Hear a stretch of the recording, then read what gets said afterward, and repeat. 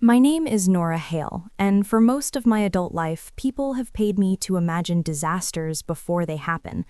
I build risk models for a consulting firm in Seattle, financial systems designed to withstand greed, dishonesty, and sudden betrayal.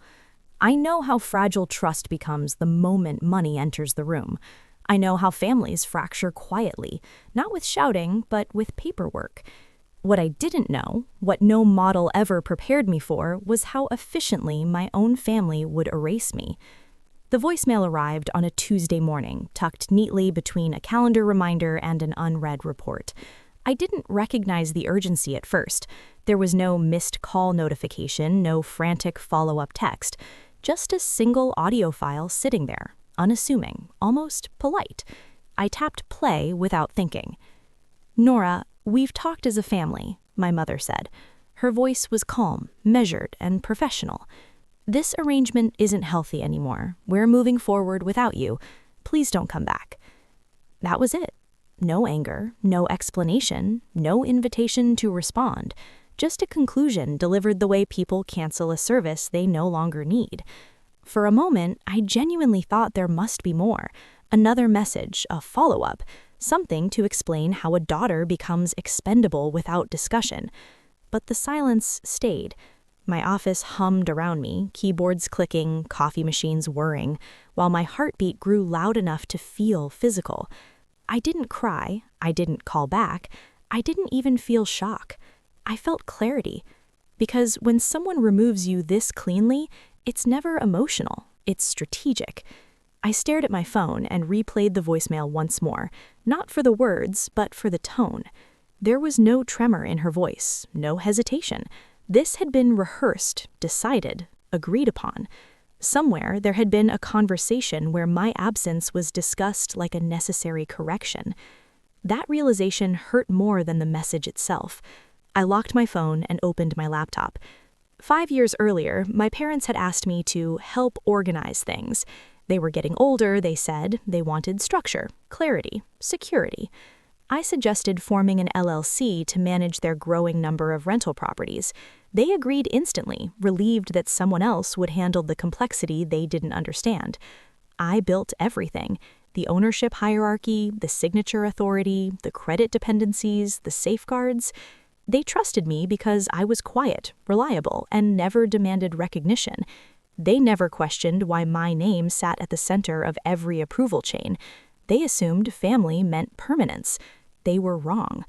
That morning, I logged into the system I designed and began making changes that were invisible to anyone who didn't know where to look. I suspended transactions tied to my income verification. I froze pending approvals. I removed myself as guarantor from the lakeside triplex they were days away from closing on, the one my parents had been celebrating for weeks.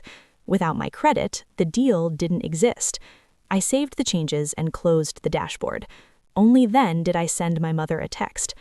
"Okay." Nothing else. That single word traveled faster than any argument ever could. The rest of the day passed in an eerie calm. No calls, no apologies, no sudden concern. That silence confirmed what I already suspected. They believed I would fold, that I would panic, beg for clarity, and rush back into the role I had always played. They thought the voicemail was the end of the conversation. It was the beginning of my observation. That evening, out of habit more than intention, I opened the security app for my apartment building. I expected nothing. Instead, I saw footage from earlier that afternoon. My father stood outside the entrance, hands shoved into his jacket pockets, staring up at the building as if trying to calculate which window was mine. He checked his phone, he hesitated, then he turned and walked away, without buzzing, without calling, without knocking. He hadn't come to talk, he had come to assess. The next morning, my phone vibrated nonstop, missed calls stacked on top of one another. Unknown numbers, voicemails I didn't open. Then a name appeared that made me pause. A law firm. "Nora, this is Daniel Cross. I represent your parents. There appears to be a complication involving Hale Residential Group. Please return my call as soon as possible." Complication. I smiled for the first time since the voicemail. At work, I kept my routine unchanged. People notice when you act differently. I wanted normalcy to work in my favor. Around noon, a coworker asked gently if everything was okay. A cousin texted asking if I was overwhelmed and needed space. The same word appeared again and again, floating through conversations like a carefully planted seed. Overwhelmed. It wasn't concern, it was narrative. By evening, I understood exactly what they were doing. They weren't angry with me, they were explaining me away, positioning my removal as necessary, compassionate, inevitable. If I was unstable, then replacing me wasn't betrayal, it was protection. That's when I noticed who hadn't contacted me at all. My sister, Leela. Leela never stayed quiet during conflict. Silence from her meant calculation. I checked her social media, neutral posts, soft optimism, vague captions about new chapters and growth. She was waiting, watching, ready to step into the space I left behind. I called Evan Moore, the financial advisor who had helped me structure everything years ago when my parents trusted experience over charm. I asked him one question, carefully phrased. Has anyone tried to make changes to the LLC recently? There was a pause on the line. Then he exhaled. There were drafts, he said, adding another family member. Your approval was referenced, but there was no signature. That was the moment the full picture came into focus. The voicemail wasn't rejection, it was clearance. They needed me out of the way so my refusal couldn't block what came next. I thanked Evan and hung up. Then I opened a new folder on my laptop and named it Family, Risk File. Inside, I began saving everything: voicemails, emails, metadata, draft documents, screenshots of messages that subtly rewrote history. I didn't confront anyone. I let them talk, because people who believe they've already won are careless with the truth. By the end of the week, my family thought I was retreating, that I was embarrassed, ashamed, quiet. They believed I had been successfully removed from the equation. They didn't realize that every system they depended on still ran through me. And they definitely didn't realize that silence in my world is never surrender. It's preparation. By the time my parents' lawyer left his third voicemail, I had already stopped listening to them as messages and started hearing them as data. Tone, timing, word choice, escalation pattern, everything told a story far more honest than the one they were telling everyone else. Panic always has a rhythm. It speeds up. It contradicts itself. It reaches for authority when it can't justify its own actions anymore. That Friday morning, my phone vibrated across my desk again. Another unknown number, another voicemail, this one from a different law firm. That was new. I didn't open it. I didn't need to. When people involve more professionals than necessary, it means the first one started asking uncomfortable questions. At lunch, I sat alone in a small cafe 2 blocks from my office, the kind of place where conversations blur into background noise. 2 tables over, I heard my name. Not spoken loudly, not whispered either, just said with the casual confidence of someone repeating a version of events they fully believe is already accepted. Nora couldn't handle the pressure anymore, a woman said.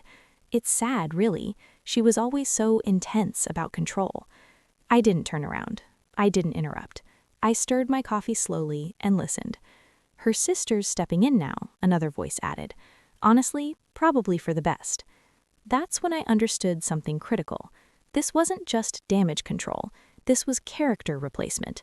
They weren't removing me, they were rewriting me, turning my competence into pathology, my boundaries into instability, my silence into proof of guilt. And Leela, my sister, was standing exactly where I used to stand, wearing concern like a badge of honor. That afternoon, I received an email from my mother. It was carefully worded, warm, and devastating in its restraint. She wrote that they loved me, that emotions had been high, and that everyone wanted what was healthiest. She suggested we take some time apart. Space, she said, could be healing. She didn't mention the LLC or the triplex or the lawyers. She didn't need to, because that email wasn't for me. It was for the record, something she could point to later and say, "See, we tried to be kind." I replied with 2 sentences. I said I was safe. I said all communication moving forward should be in writing.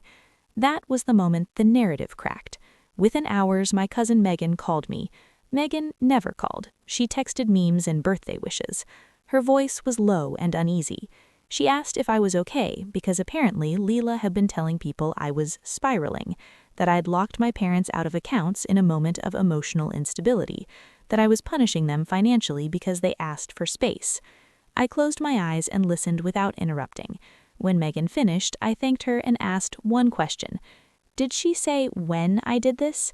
There was a pause. She said after the voicemail. That was interesting because every system change I made had been timestamped before the voicemail was sent. That night, I added a new section to the family risk file. Timeline. Clean, precise, undeniable.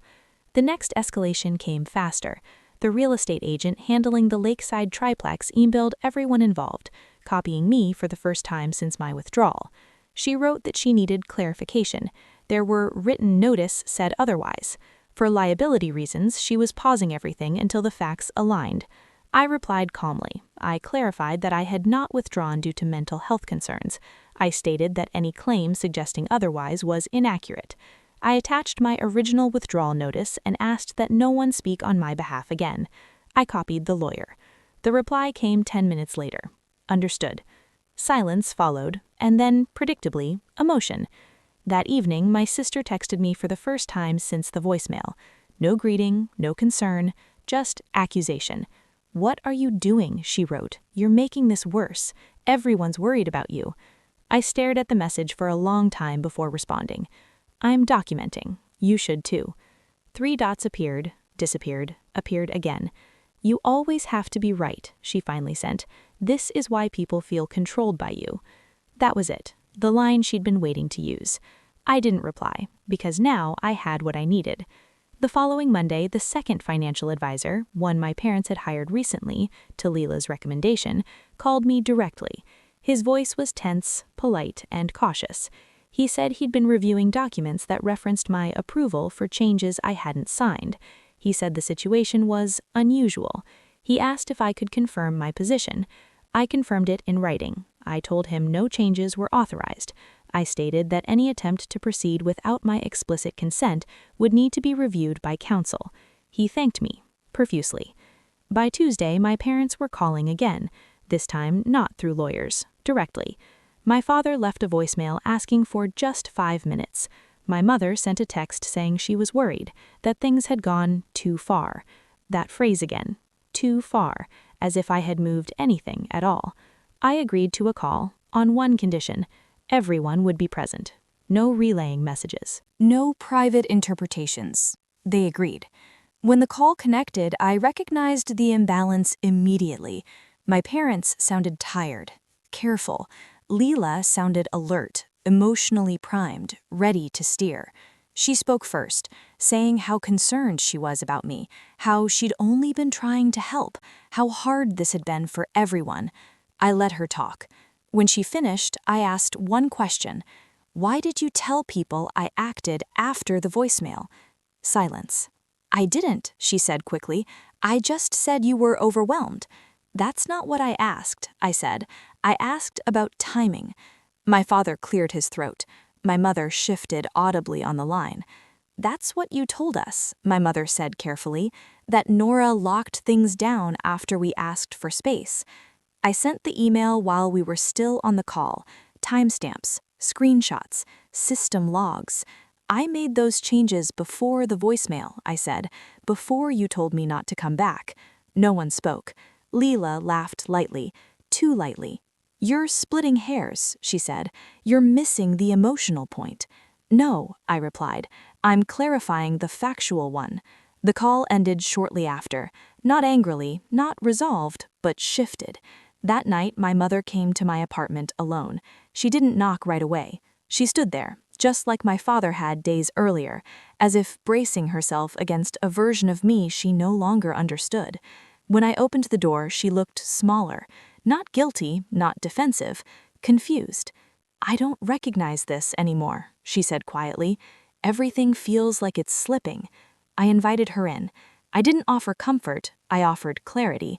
I showed her the folder, the timeline, the drafts, the posts, the messages that painted me as unstable while quietly positioning my sister to take over.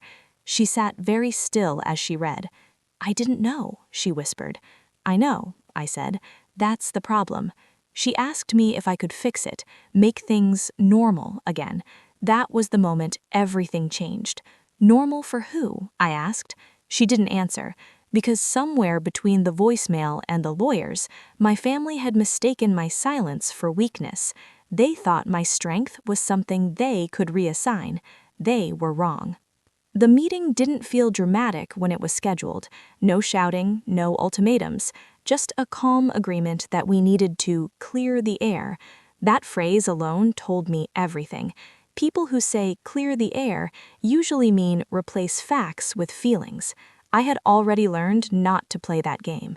We met at my parents' house on a Thursday evening, the same living room where I had celebrated promotions, absorbed disappointments, and quietly paid bills no one else wanted to look at. The furniture hadn't changed, but the energy had. My parents sat close together on the couch, unified in posture if not in certainty. Leela chose the armchair across from them, angled slightly away from me, as if positioning herself as both participant and observer. I sat opposite them all, my phone face down on the coffee table, my bag at my feet. I didn't bring emotions with me. I brought records. Leela spoke first. She always did when she wanted control of the narrative. She said she felt attacked, that she'd only been trying to bridge a gap I had created by pulling away. She said I'd become rigid, difficult, obsessed with control. She said everyone felt like they were walking on eggshells around me. I listened without interruption. I didn't even correct her when she misremembered events. I let the shape of her story form fully in the room, because lies revealed themselves best when they're uninterrupted. When she finished, she looked at me with a practiced expression of wounded patience, as if daring me to deny it. Instead, I asked a single question. "Do you want to talk about feelings?" I said evenly, "or do you want to talk about decisions?" My father frowned. My mother inhaled sharply.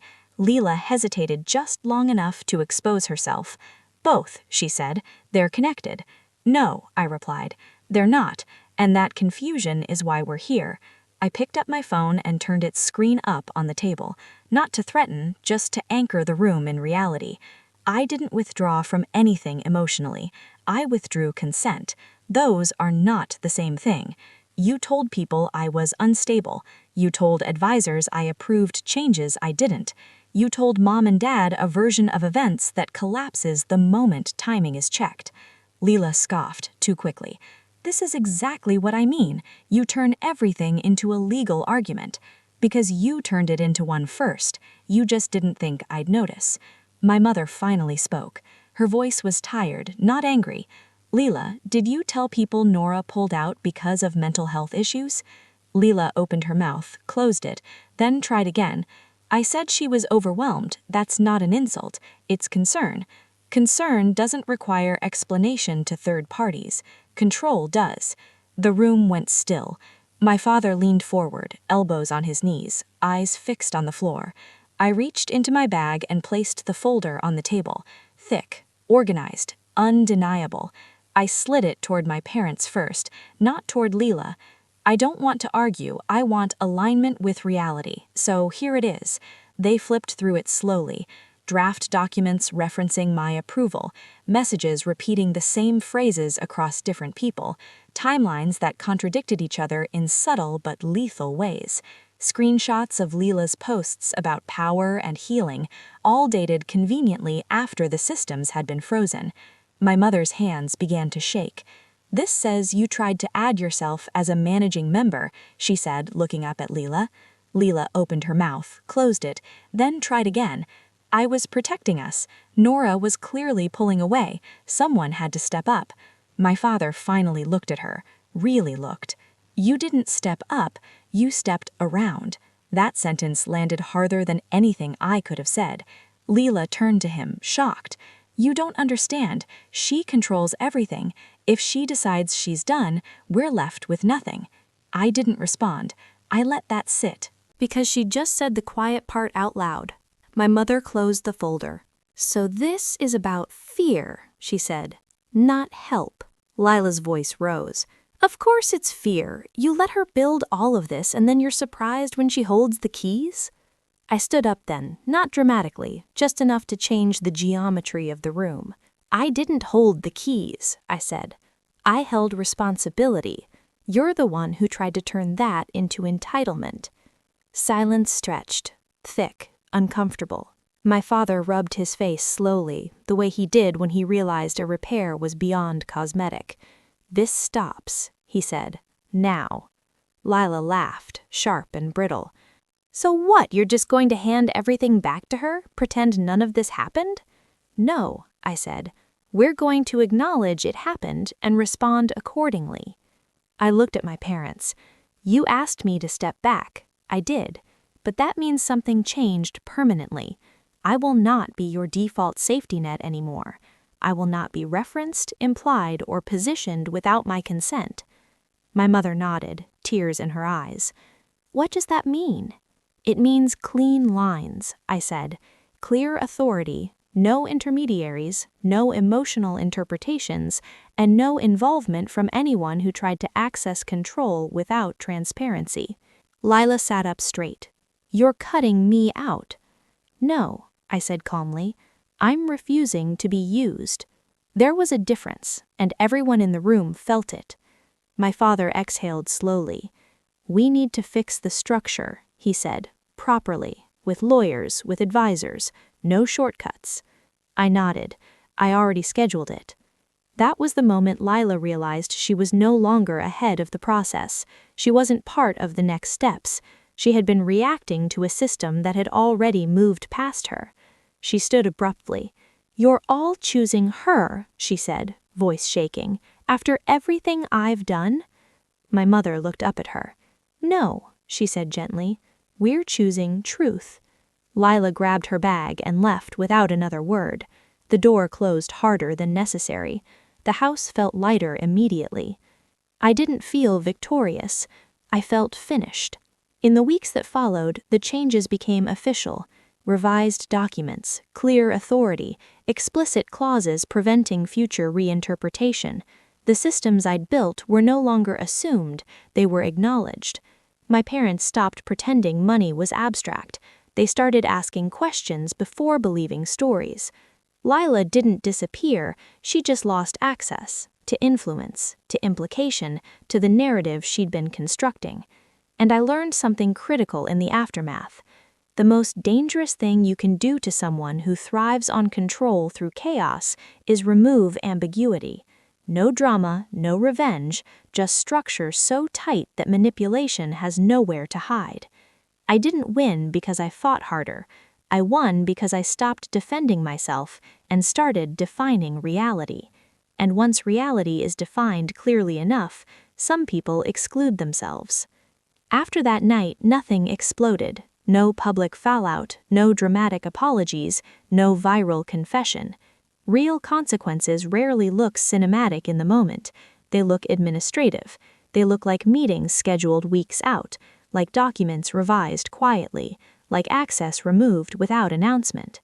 The first official meeting happened 10 days later in a neutral office downtown. White walls, frosted glass, coffee that tasted like paper. My parents sat beside me, not across from me. That alone told me how much had changed.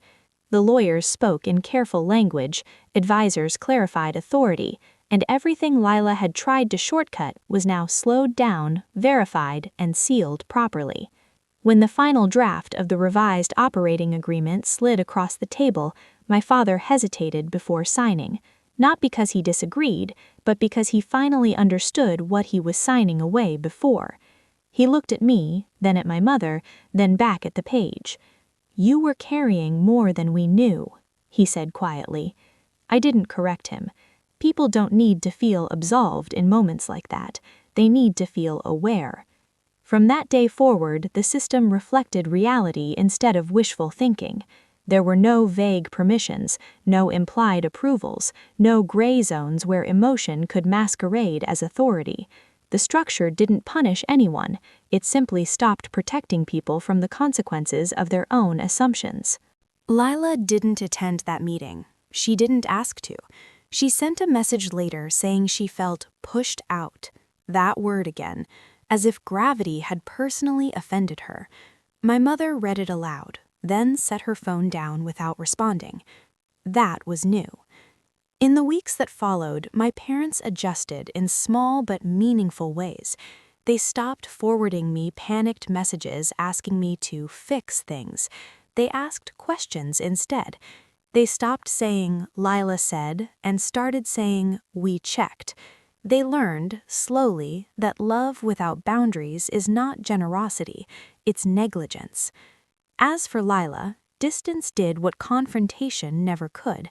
Without access to my systems, she had nothing to leverage except her own efforts.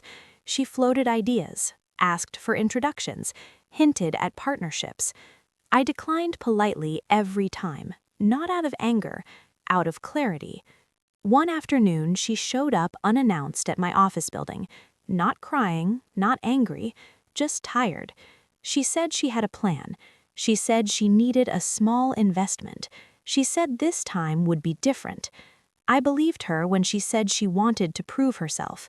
I didn't believe it was my job to fund that proof. I told her to build it without me, that if it worked, she wouldn't need my help. If it didn't, she'd learn something more valuable than money. She stared at me for a long time, then nodded slowly. For the first time, there was no accusation in her eyes, just the uncomfortable realization that no one was coming to rescue her from herself. That was the last time we spoke for months.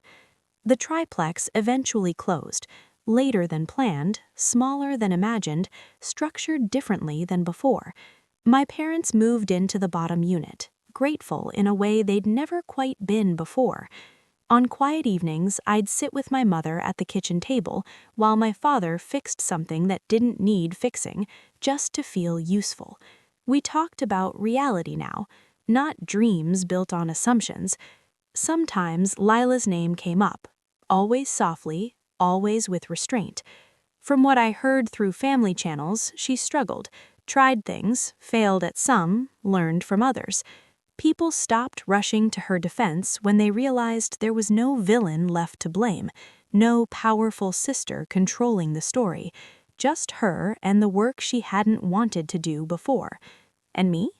I didn't feel triumphant. I felt lighter. What I took back wasn't the money or the authority or the control they thought I craved. I took back the quiet right to exist in my family without being used as infrastructure. I learned that being the capable one doesn't obligate you to be endlessly available, that silence doesn't mean weakness, that documentation is not cruelty, and that sometimes the most loving thing you can do is stop preventing someone from feeling the weight of their own choices. If someone ever tells you you're out, believe them the first time, not as a rejection, but as information. Step back, observe, decide what access they no longer deserve. Because boundaries aren't walls, they're definitions, and once you define reality clearly enough, the people who depended on confusion will either adapt or disappear. Either way, you finally get your life back.